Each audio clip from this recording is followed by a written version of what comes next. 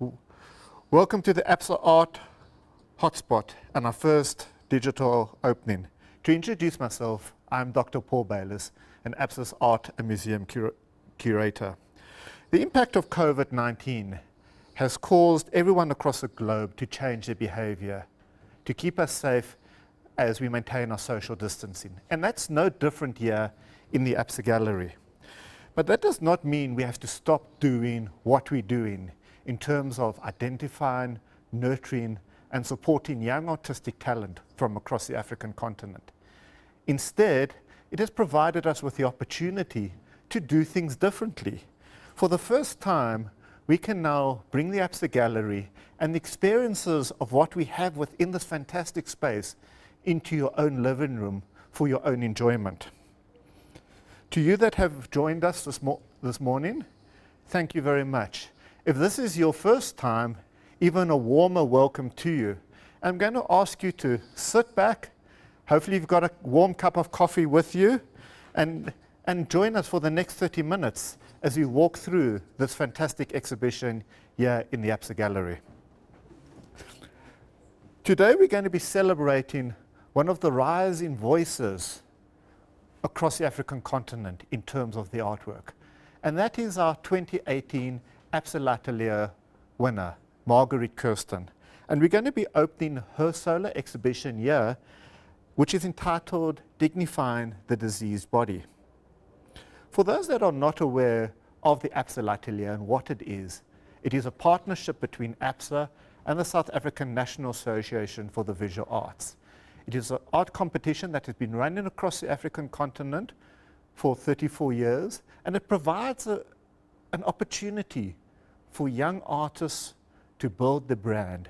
And through the partnership, our aim is to identify, nurture, and support that artistic talent, that rich artistic talent that we have on this continent, and to celebrate it. Marguerite Kirsten won the overall 2018 Absa L'Atelier with a very personal artwork that she entitled Embodiment. This winning work was a collection of 50 glass containers, and she filled it with her own urine. Marguerite had lived with chronic kidney disease, amongst other medical conditions, for her whole life. And Marguerite used this experience of what she termed living in a blunted body as a starting point for her winning artwork.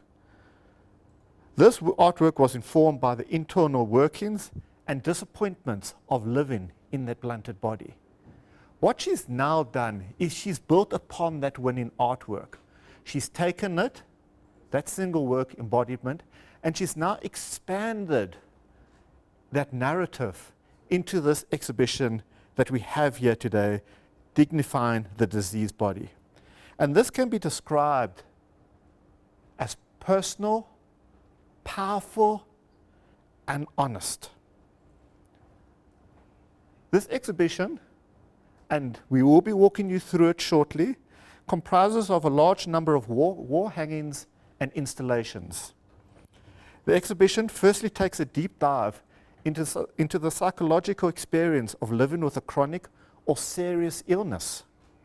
And secondly, what Marguerite has done through this exhibition is to focus more specifically on the enforced routine that dictates that experience. In this solo body of work, what Marguerite has done, and as I've indicated, she's continued that narrative from her winning work of the 2018 Absa L'Atelier, and she's continued building upon that narrative, where she's continued to use organic substances, working primarily with urine and other organic material like dissected kidney and mohair, and well as medical waste, such as latex, gloves, and syringes. An extremely powerful body of work that she's now brought together that we're going to be showcasing here this morning. But let me introduce you to the star of the moment. And I'd like to introduce you to Marguerite. Hi, Marguerite. Welcome to the Absa Gallery. How are you this morning? Hi, Paul. I'm very well, thank you, and yourself. Fantastic. You are currently in Cape Town, and Yes, just for our view and that. But I see you in your studio. It looks a bit like a laboratory in the background there, huh? it does. A bit of a mad scientist experimentation. I mean, for the first time to the viewer, we also get a bit of an experience of the artist in their own personal space. So not only are we going to be seeing you in terms of your work within the gallery, but we're also going to, through a bit of the glimpses, we get to see from where you are actually creating the work that we've seen here today. So thank you for this. Thank Uh, you. Thank you for the opportunity. Fantastic. Firstly, let me congratulate you, Margaret, on this fantastic exhibition. And I'd like to use the words of Elizabeth Gunter, who described this exhibition of yours as personal, powerful, and honest. And I know you're going to be walking us through this exhibition, and we're going to be taking the viewer through a number of the installations that are making up this exhibition. But firstly, maybe can you just share with us a bit, what have you been doing since winning the Absa L'Atelier in 2018 and taking up that residency in Paris? Of course. Well, I had the amazing opportunity given by Absa L'Atelier and Sonava to spend 6 months in a residency in Paris. And I used that time to plan and create my body of work, dignifying the diseased body. And I immersed myself in the art and the culture in Paris. And when I got back, I also recently received my master's degree. And I was actually planning on, after my exhibition, continuing my adventures in Paris, but unfortunately, due to the pandemic, that will be postponed for now. Con- Congratulations on the Masters. That must be an amazing feat. So well done there. Thank you. And this is your first solo exhibition, am I correct? Yes, it is. How, It's how does it feel? it's nerve-wracking, but also exhilarating. I think more like positive nervous energy. I think most artists feel a bit vulnerable, especially I think with what I'm working with, as it's so personal. It can make you feel a bit vulnerable, but more exciting than anything else. What an amazing experience. And again, just to congratulate you, because I think, one of the challenges, particularly for many of the artists that have come through the Absa L'Atelier, it's one thing producing a single body or single winning artwork. And what you've now done is produced a whole body of winning artwork. So thank you. And for your first solo, you've set the bar at a fantastic height, and we look forward to seeing how you're going to take that even further later on, but we will discuss that just now. I'm going to ask you as a viewer, join us now as we take a walk through the exhibition with Marguerite. It's going to be a combination of a 3D tour, and we're going to stop at some of the points along the way and have a bit of a discussion around that. So please join us on this journey.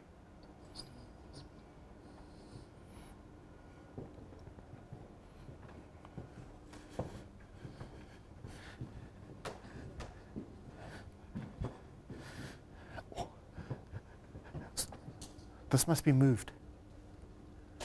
And just turn that.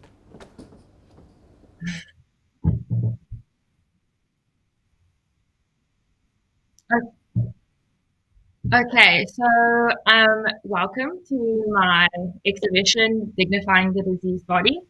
And we are in front of Besinning, which is a piece that is almost like a mental journal. It records the chronic routine of dealing with a diseased body and the psychological effects of dealing with his body.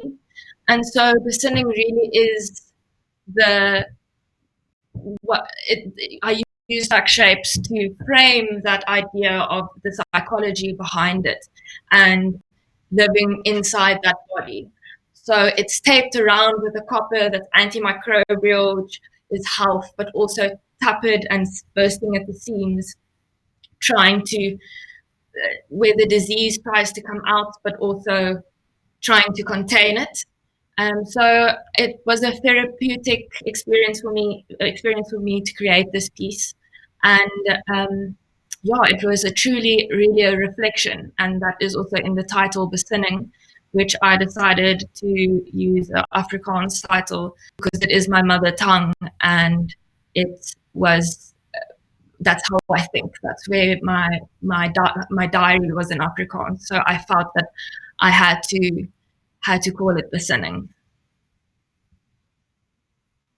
I mean, yeah, and I think just to, take a viewer a bit through it, because, and thank you for that. I mean, I'm fortunate I'm literally standing amongst the artwork. So, it's very different in the sense that when we think of the more traditional artwork in terms of wall hangings and so on, yeah, it is an installation. The works are suspended. The viewer can see from the ceiling and that.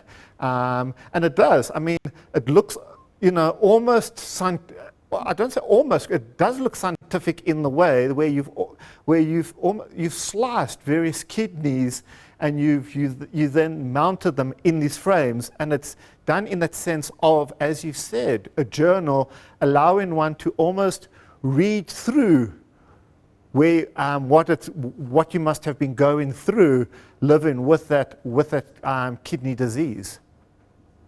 Exactly. And as you can see, I reference Rorschach ink blots, but also you'll be able to see that there's also reference to brain scans that also references to the psychology, as well as the mental state as well. And then putting it between the sheets, the perspex sheets, is also, as you said, like a monster, like a test plate. So that refers to your medical experience as well. Very much so, and I think if there are, for any people out there that are watching us this morning that actually come from the medical profession, are actually probably going to be able to relate to this in certain respects very differently to, let's say, some of our art specialists and that are out there. And I think that's the important thing is going through this particular work. People often ask me, how, as an art curator, give us your interpretation, or how do you interpret an artwork? And very much I would say to them, how does an artwork make you feel? Because you relate to a specific work in terms of your experience, in terms of where you coming from. And that is, so in that sense, a medical practitioner, in terms of very much where we're going through as a world today around the impact of COVID-19, is going to relate to this particular work very differently than, let's say, an art, someone with an artistic background and so on. So, but thank you very much. We're now going to move on to the next artwork. Perfect.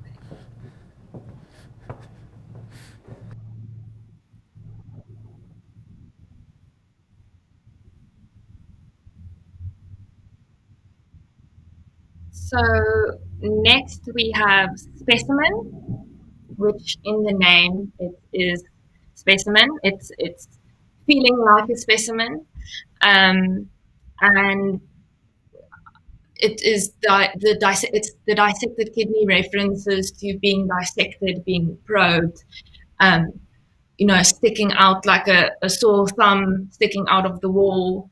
The shadow, also that reflection of after reflection of being a specimen. But this piece really references being in the medical institution and how you feel, and being having to preserve yourself, preserving that energy. The dissected kidney being in the formaldehyde, as well as preserving your health. Again, I'm referencing the copper as the antimicrobial to reference health and bacteria, which is also a big part of a lot of kidney problems and bladder problems. Maybe just to come in here and just to for the viewer to see, so I can just unpack a bit of what I'm actually looking at here. As you say, you're looking at copper back. Am I correct there?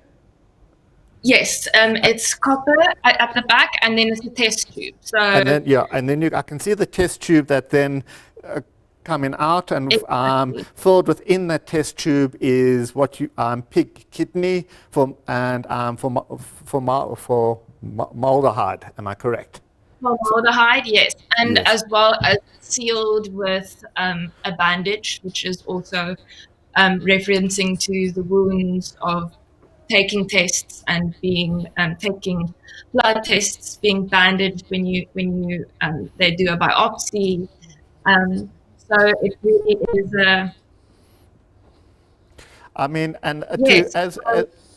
as we're talking through this, I can, to the viewer, what is on screen at the moment is a bit of a time-lapse video showing the process that you went through and actually putting together the works that we've got here. Is there the number of pieces making up that work, is that symbolic in any way? Yes, it is. I usually work I do work with my numbers, and this is also referred to the amount of times that I had tests done in when I actually came back from my excursions in France. So it really coming back and having to be emerged into the medical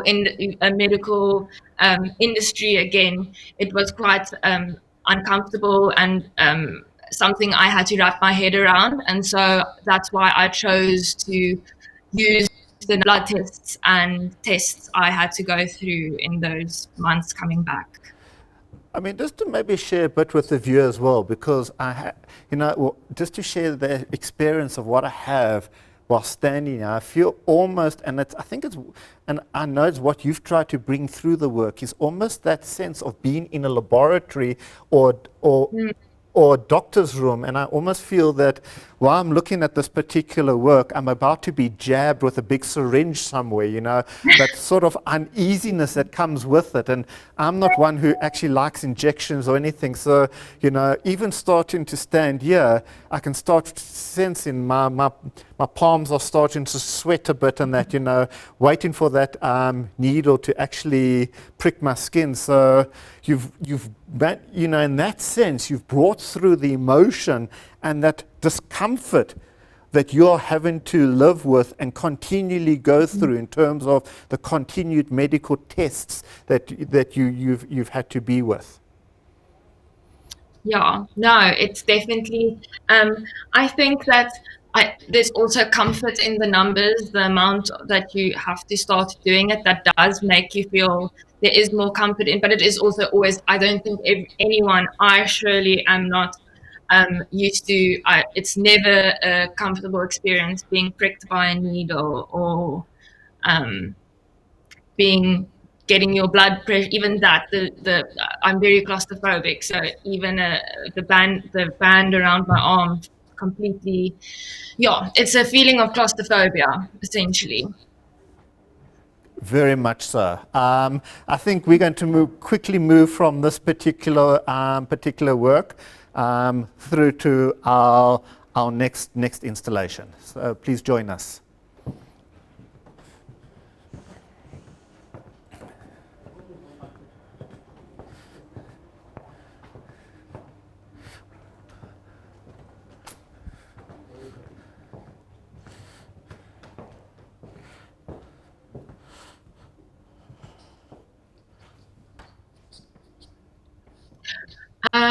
Okay, so the next piece we will be looking at is waiting room, and it is copper plates cut out in kidney shapes.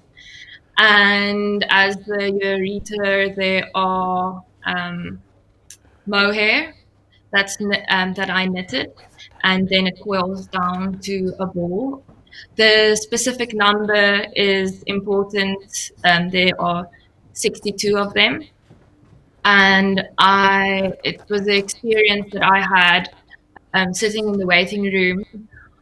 Also, I realized that with this chronic routine of going to the doctor, I have scheduled appointments, and this becomes a chronic routine where a lot of your time, it's actually a lot of time taken away from you.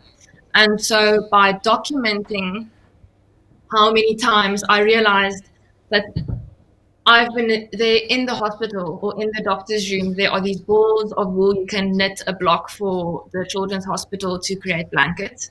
So every time I'm in the waiting room, it's a lengthy process. I knit a block.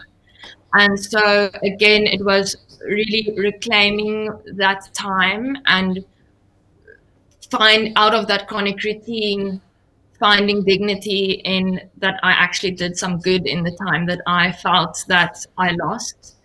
And so the copper kidneys again reference my diseased body. The mohair references the chronic routine and the time. So it's a lot about repetition and time and reclaiming that time and reclaiming your body as well.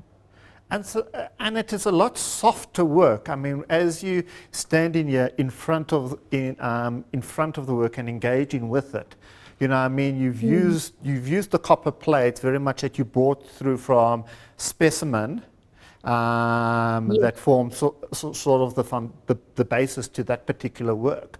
And again, you've brought that copper plateness into the kidney shapes making up this work. But looking at it, it's a lot softer. You know, the wool has pulled through the crocheting of the wool and that through the particular work. And you can almost, as you know, the sense one has as one stands in front of this work is almost a sense of peace, but a sense of waiting at the same time, and that sense of time slowly passing by. Yes, exactly. And that is exactly why it is a softer piece, is because exactly as you said, there is in routine you find something therapeutic. It can be very tedious as well, but because when I was reflecting back on it, the reason why I was doing it, for knitting a block for the children's hospital, that disappears.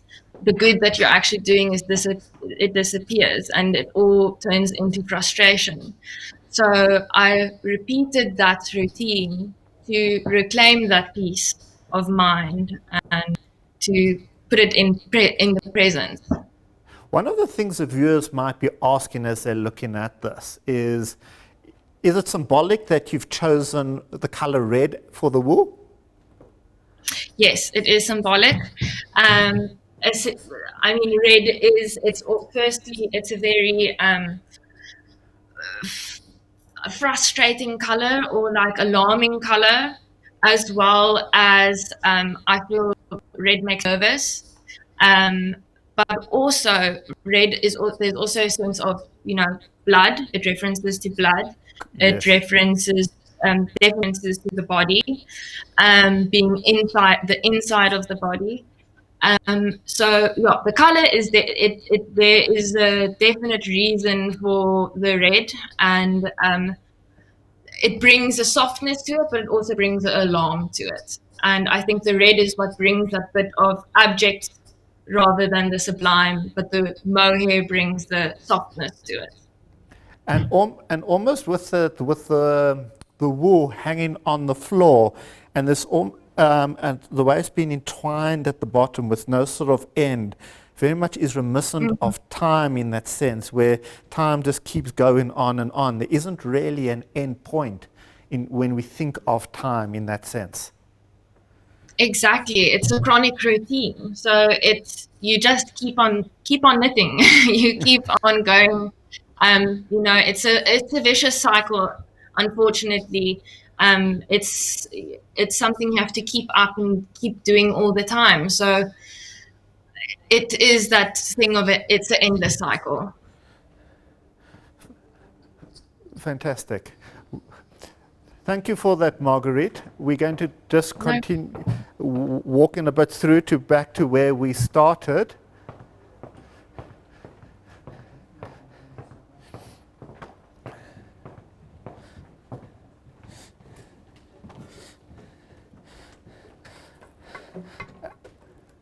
And I'm back in the space where we started with the first artwork. And I think, you know, very much going through the particular works, you know, one almost has that sense of emotion that you, and that vulnerability that you went through. I think, you know, standing amongst these, you know, these journaled works that we've got here, and then looking at the work that we've come from in terms of feeling almost specimen, where we're feeling almost poked and prodded, and I can still feel that uncomfortableness as I think of that particular work. So, I mean, the exhibition that you've brought is extremely brave, it is passionate, and it is very, very personal that you've brought through. So thank you for that. But probably one of the hardest things to do as an artist is putting yourself out there. Mm. Yes, definitely. I agree. I also think that I felt that my role as an artist, although it's very, making yourself vulnerable, it's definitely one of the hardest things, putting you in front of an audience, specifically your own body. But it also, I really struggled speaking about about my diseased body. And so being an artist actually gave me the platform to begin a visual language rather than verbally speaking about it. And I felt it was much more stronger. And because speaking about it made me feel uncomfortable and I felt a bit of shame. And so being an artist gave me that visual language to actually empower myself. And now I feel like I can speak about it out of my body and what it is and what the battles it's been through. So I think being an artist was the best way I could explain, actually, put myself out there. And as you say, sometimes it's not easier to explain. It's easier when we start using our other senses of emotion, you know, feeling, touch, smell. But now we're bringing in that sense of emotion and a sense, and very much a memory for most of us, because most of us can, you know, as we go through this, know that what it's like to either be in hospital or go to a doctor's room and things like that. And, you know, what you've done here, as I say, a picture's worth 1,000 words, and clearly, you know, these particular works, each of them speak volumes to us in that sense. Elizabeth Gunter did a bit of a walkthrough of this exhibition and provided commentary on the exhibition that it really poses a face-off, and I just want to read what she said. On the one hand, it infers a starkness of stripped human fragility that to survive requires technological assistance.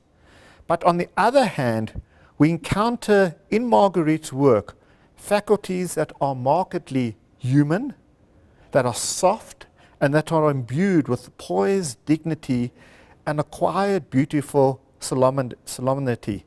How does that resonate with you as,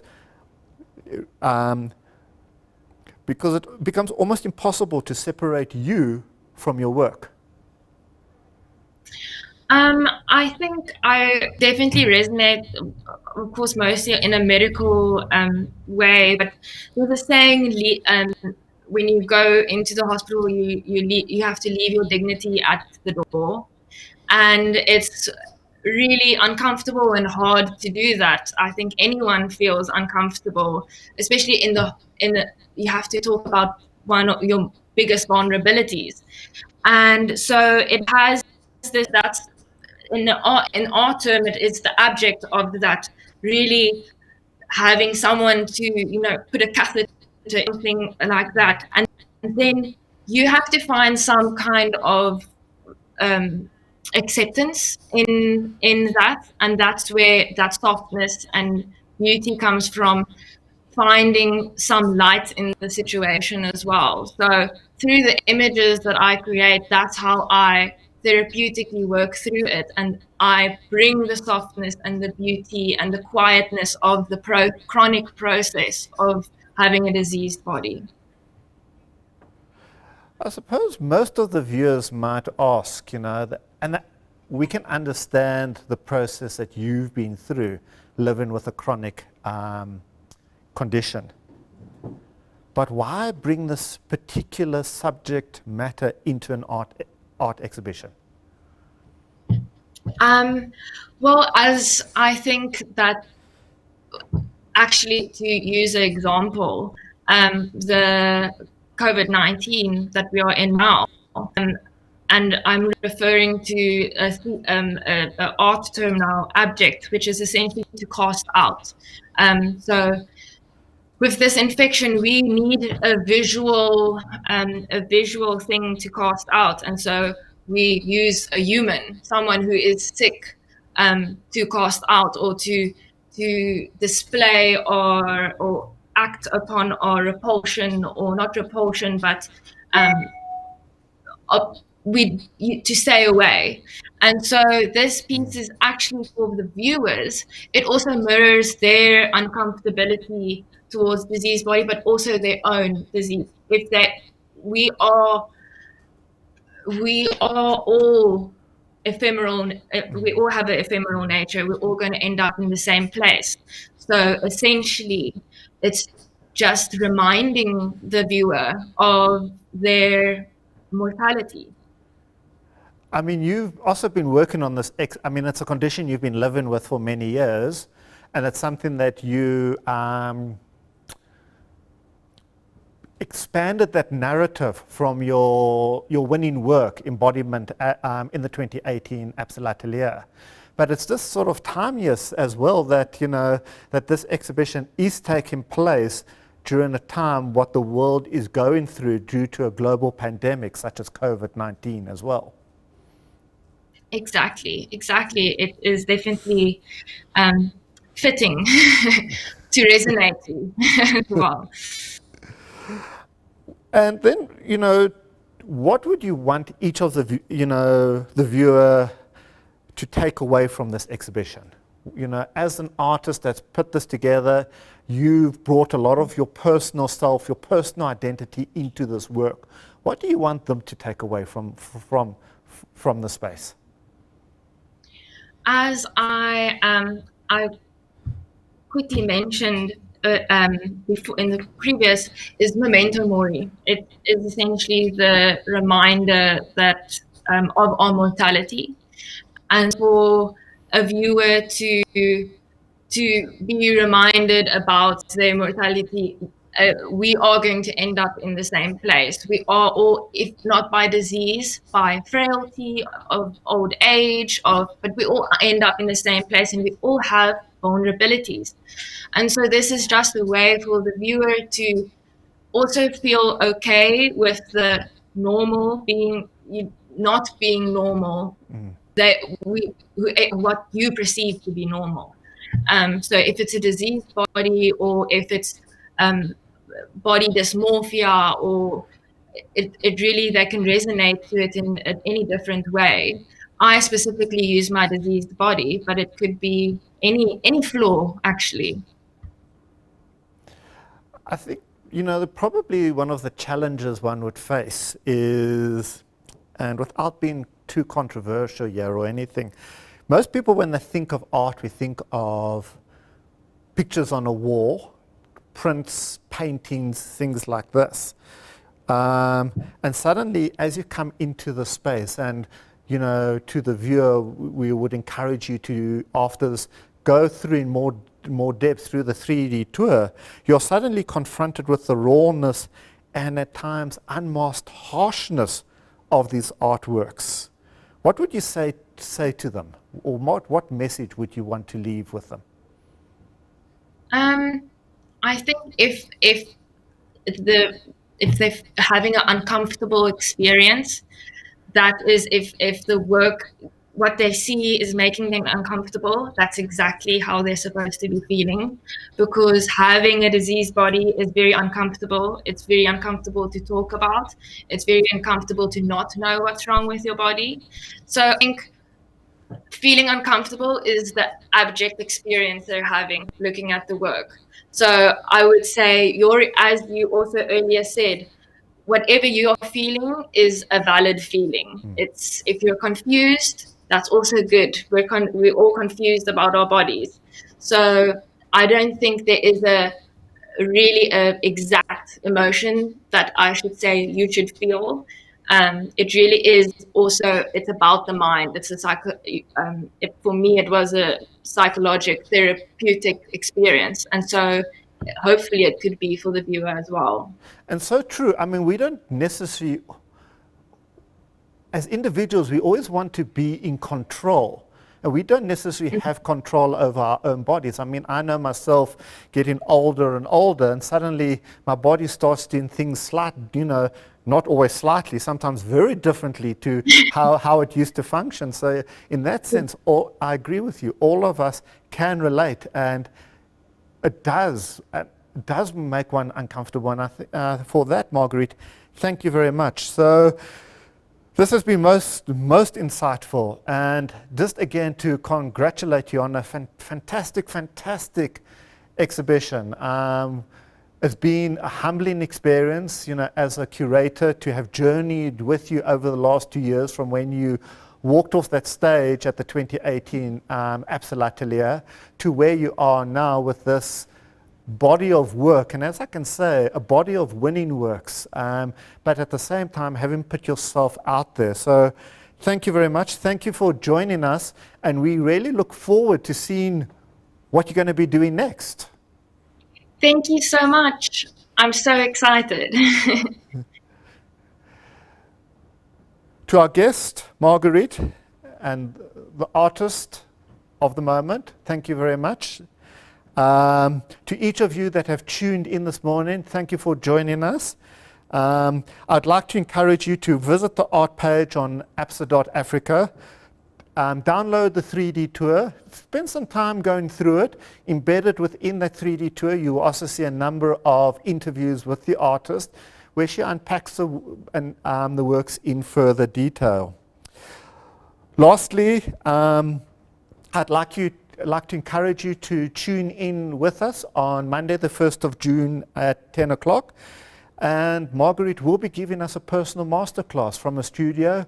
She will be sharing with us what it's like as a visual artist to be working, to be producing work at this point in time under COVID-19 that the we globally are facing. So thank you very much for joining us here this morning.